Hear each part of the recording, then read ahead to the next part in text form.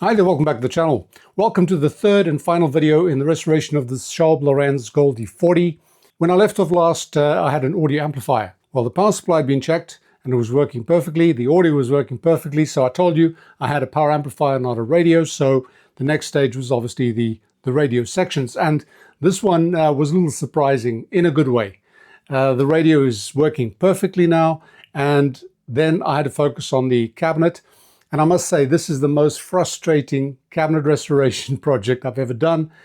I don't show you most of it because it was just too annoying for me. I started off by sanding the whole thing, and the usual, right? I sanded it, I filled in all the little holes that it had on there with filler.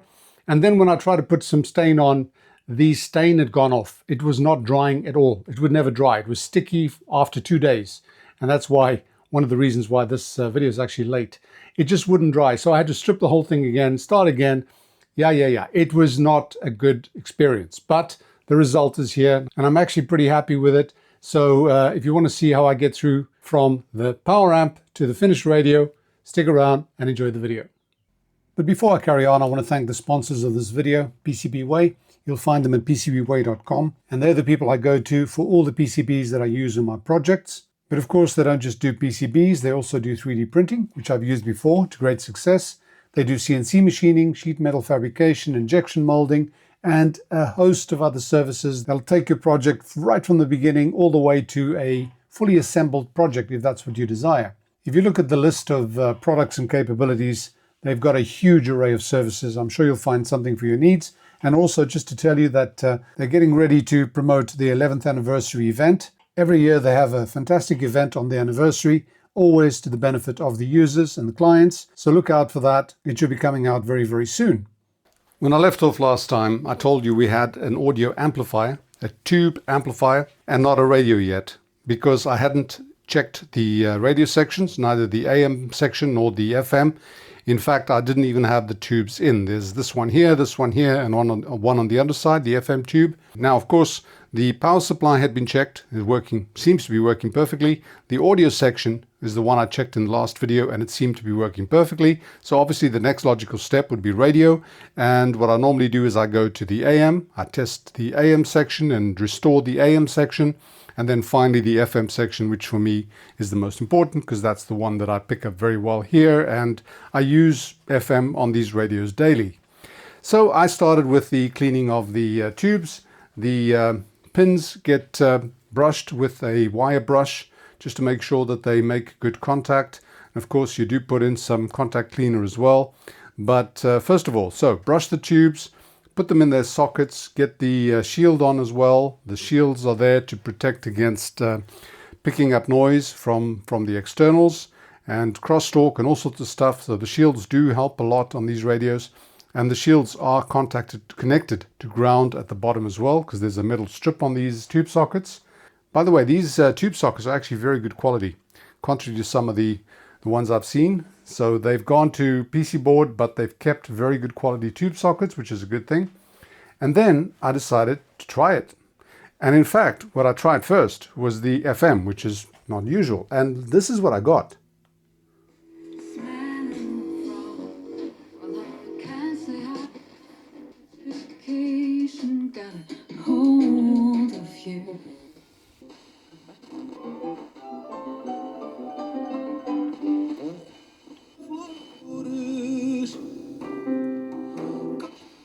Now that is really, really good. In fact, that reception and that audio is the sort of quality that I get on a radio like this after I've done a full restoration, a full IF alignment and all that jazz. So I figured, well, wait a minute, the FM doesn't need anything. What about the medium wave? What about the short wave? In other words, what about the AM bands? So what I did was I tried it last night. Today you won't get anything because it is mid-morning, but we'll try anyway. I'll put the mini whip onto the AM antenna at the back. That always helps. Switch on the mini whip. There's our local station. And I can still get a few from Canary Islands at this time of day, but not much. That's Canary Islands. So again, the usual. And long wave, I'm picking up something at mid-morning, which is amazing. So I figured I don't want to mess with this. And the fact is that if I did mess with this, I would not improve that much at all. I will check the IF, and I did check the IF. I'll show you how I determined, without doing anything on there, just with the signal generator, how I determined that the IF was actually on the 460 kilohertz. And I suppose you can always improve it like by 1 or 2 dB, but the point is this thing is as good as the other radios that I've finished and restored. And the reason for that, the reason for this sort of miracle is, first of all the capacitors on here are film types or ceramics or polyester, or polystyrene rather. So there aren't any paper caps on the radio section at all. And the other reason is that these cores, all the cores on the IF transformers and on the alignment cores on the front end are all still completely virgin with wax. I'm looking at the top now, they've all got the wax on there. Nobody has been twiddling on here. So I don't think this thing can be improved much by me twiddling on here. And sometimes you just have to say, it's a gimme, I'll take it, thank you very much. Who said that recently? Can't remember. The point is, this thing is now complete. As complete as I'm going to make it. And I've got a few things to do, obviously. I've got to adjust the B+. You know, the B+ has got that tunable or that adjustable trim over here. So I'm going to have to remove the knobs and the dial glass and set it again with all the tubes in, because when I did the adjustment last time, I didn't have all the tubes in place. So I'll do that. I did replace the Magic Eye, and the one I replaced it with is not as strong as it should be either. Let me show you. I mean, you can sort of see that it's there, but it's not very strong either. Mind you, I don't have the full B+ on here yet, so it might get a bit better. But this was better than the one that was on there. That's the only tube that I replaced on the set. And even then, it needs a new one. I've run out of these, so I'm going to order a few more and then put in a new Magic Eye in there. And this radio will be it'll be complete. And it's not a bad performer. The reception that I was able to achieve last night in the evening on shortwave, for example, was brilliant. It was normal. It's what I'm used to. On medium wave, the band was full as usual. On long wave, I got 3 or 4, and I also got, I think it was BBC 4 on 200 or 198 kilohertz. I think it's still there. It's very faint, but it was picking up exactly what I'm used to picking up on these radios, which means that this is a gimme and I'm going to take it. But I do want to check the RF alignment, see if I do need to make some adjustments to the RF alignment, because I didn't really check that last night. So that I can do with the signal generator, and I'll be doing that next. Okay, watch this. I've set the signal generator to 1 megahertz. I'm feeding it through a loop that's being picked up by the rod, the ferrite rod. There's 1 megahertz. Now, it is slightly off to the right. It should be there. It's about 1 millimeter to the right. Now, if I put it on 600 kilohertz and follow it, it is again slightly to the right. Now let's check the long wave. I'll put it at 150 kilohertz.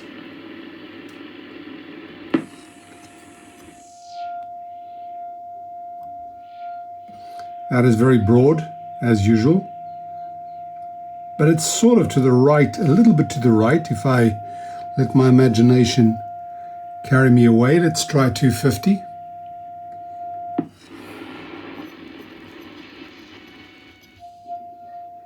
Again, slightly to the right.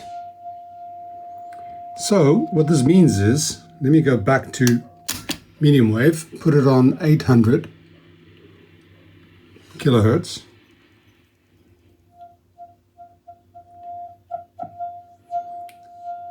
If I peak it, I've loosened the screws on the front panel, and this is all you need to do, because if you notice that it's more or less straight, it's exact, but slightly to the right on every marking, then you don't need to adjust the tuning. You can do two things. One, you can either move the glass a little bit, and there is quite a bit of give on this, or you just take the glass off, take the dial glass off, and move the pointer. Now everything is still stuck in there with that sort of painted on, so I decided to move the glass. And I noticed when I was trying this last night that the same applies on shortwave, just slightly to the right, which means this thing is actually aligned, and I probably put in the dial glass a little bit to the left. So that's about all I need to do on here, but I do need to remove this so that I can adjust the B+. Right, to adjust the B+, I've taken the dial glass off, I've put it on FM. I need to remove the dim bulb from the circuit. You see I've got that on, but the dim bulb is actually on, so I'm going to bypass it. No dim bulb. Now I'm measuring the B1+, and I notice that it's actually a little bit low, so I'm going to adjust it. I want 280. Oh, wrong way.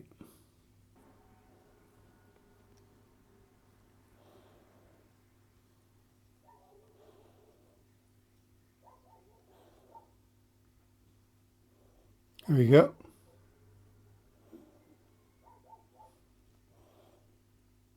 That's pretty good enough. 280. I've also put the magic eye in there, so all I need to do now is put the dial glass back on, and I think this part of it is done. I'm going to work on the cabinet for a while. There's quite a lot to do there, and I've been dreading it, but let me sort that out, see how it goes, and then put this thing inside and give it a final test. Well, this part did not go well at all. Let me explain why. The back, no problem, just gave it a clean. The frame, again, pretty simple, nothing wrong with it, just a clean. This front I had a problem with. I tried cleaning the cloth and it just didn't do a good job, and then I found a replacement grill and I'm not that happy with it, but it's going to stay there for now. Yeah, it's just not one of those things that left me very excited, I must say. And then, of course, the body. The body was the big problem. This thing had all those holes in there. I had to fill them. And then I used the stain. The stain was out of date. And for some reason, it just didn't dry. It wouldn't dry. So I had to strip it all down again, start again. Yeah, it's done, but it's not the way I'd like it to be. I may have to do this again in the future. But quite honestly, for now, on this cabinet, I must admit I kind of lost my patience. As simple as it is, it was a headache. So I'm just going to put this together and we'll see what the final result looks like. And here we are. She's finished. And I'm actually quite glad that this one is done because, as I said, I had a lot of frustrating disappointments with the cabinet itself. It doesn't look bad at all. It's just not what I wanted. I wanted a bit more of a glossy finish and I didn't achieve that, but I might have to sort of bring the whole thing down again and start again in the future. For now, I'm actually quite happy with the result. This front grille is something that I thought would work, and it sort of works, but it's got a few waves on here. So again, I wasn't able to stretch this as well as I wanted to. Yeah, I think you can feel you can detect the disappointment in my voice on some of these issues, but the main thing is this thing's picking up really well. That's on FM. Let's get out of the music before I get a copyright strike.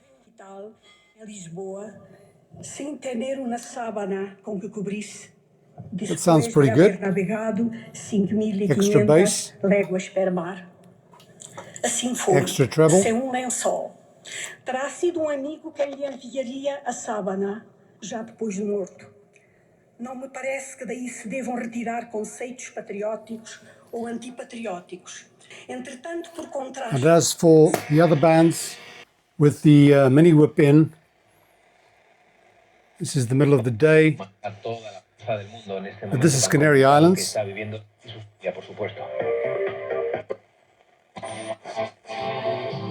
Canary Islands again. Así que bueno, Amaral con vosotros y con los vecinos de la Corrala. Sale un Farcama este año. Not bad at all. Let's go to the local station. En la isla de Tenerife.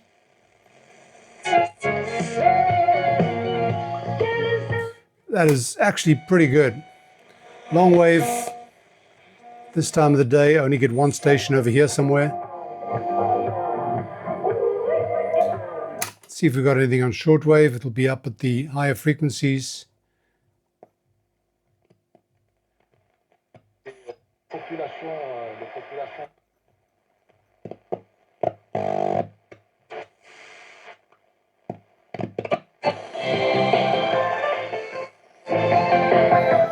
That is shortwave at about 17 megahertz.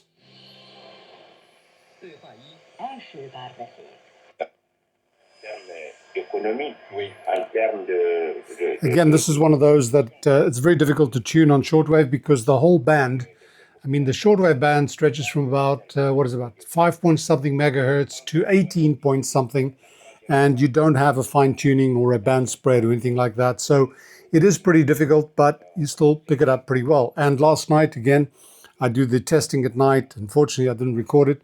The whole band was full. And again, the medium wave was really, really packed. I didn't even need to use my my in-house transmitter, AM transmitter, because I get more than enough here to test the radio. And so that's it, my friends. That's why I'm going to leave you with the Schaub-Lorenz Goldy 40, sort of the late end of the tube era, so looking a little bit more modern than the ones we used to. It's got a PC board, very few components required changing, one tube, and that was the magic eye. And I noticed that this one, it's not too bad actually, but it's not as bright as it should be. I'm waiting for more that I've ordered. And other than that, it was the electrolytic capacitors. Let's see if there's anything else on here. No, literally just electrolytic capacitors and the selenium rectifier. And I put in my MOSFET adjuster, got it right on to 280 volts, which is the B+ they require. So that worked out pretty well. And this is where this project ends for now. So I hope you've enjoyed that. And if you have, click like, share, subscribe, and all that jazz. And if you want to support the channel directly, you can do so on Patreon, PayPal. Links are in the description below. So once again, thanks for watching. Bye for now. And most of all, stay sane.